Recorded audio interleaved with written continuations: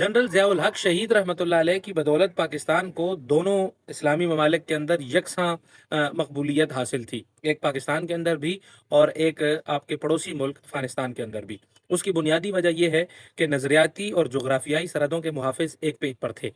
इस चीज़ की ज़रूरत हालिया पाकिस्तान के अंदर जो दहशतगर्दी की लहर है, उसके हवाले से भी इसकी ज़रूरत बहुत ज़्यादा महसूस हो रही थी कि पाकिस्तान के नज़रियाती और जोग्राफियाई सरहदों के मुहाफ़िज़ीन एक पेज के ऊपर आ जाएँ, एक बयानिया बनाएँ, एक बात करें और कौम को एक ही बात समझाएं, जिस तरह हमने जनरल ज़ियाउल हक शहीद रहमतुल्लाह अलैह के ज़माने में किया था और उसको अल्लाह ताला ने कबूल भी किया और मकबूलियत से नवाजा भी।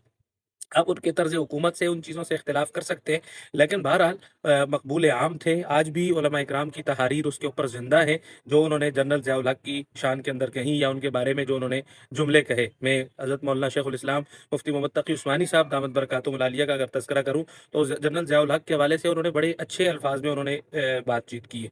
आज ज़रूरत महसूस हो रही थी कि पाकिस्तान एक दफ़ा दोबारा उस बयानिए के साथ खड़ा हो जाए, जो जनरल ज़ियाउल हक शहीद रहमतुल्लाह अलैह का बयानिया था कि रियासत और उलमा यानी नज़रिए के मुहाफ़िज़ और सरदात के मुहाफ़िज़, ये दोनों एक पेज के ऊपर आ जाएँ। अल्हम्दुलिल्लाह सबसे ज़्यादा कुर्बानी मेरे मादरे इल्मी जामिअतुर रशीद कराची ने दी, सबसे पहले वो आया और ज़ाहिर है कि जो सबसे पहले आएगा अल-फ़ज़्लु लिल मुतक़द्दिम के तौर पर, जो सबसे पहले आएगा उसका ज़्यादा कुर्बानी ज़्यादा होगी। तो हज़रत उस्ताद साहब ने बर्दाश्त किए, लोगों के जुमले भी, एतराज़ात भी सहे, सब कुछ हुआ, लेकिन मुस्बत नताइज अब आना शुरू हो गए।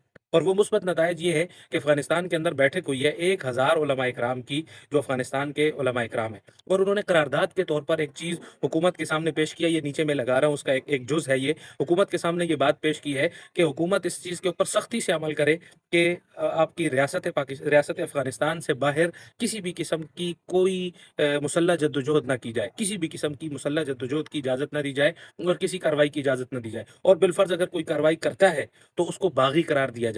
अब आगे इसके ऊपर हुक्मनामा आएगा और फिर अमल दरामद कितना होगा, ये तो बात की बात है। ये बातें तो दोहा कतर मुआहदे में भी हुआ था, लेकिन ये ठंडी हवाएं हैं। उसके नतीजे में जिसमें रियासत के का एक इदारा, जिसको आप कहें कि सरहदात के मुहाफ़िज़, और दूसरा इदारा यानी नज़रियात के मुहाफ़िज़, ये दोनों एक पेज पर आए, एक बयानिया बयान बनाया। और बिलखुसूस पिछले दिनों इसके ऊपर मैं अगर उनका तज़किरा ना करूँ, हज़रत कायद जमीयत हज़रत मौलाना फजलुर रहमान साहब ने मरदान के अंदर से एक पैगाम दिया था अफ़गानिस्तान को।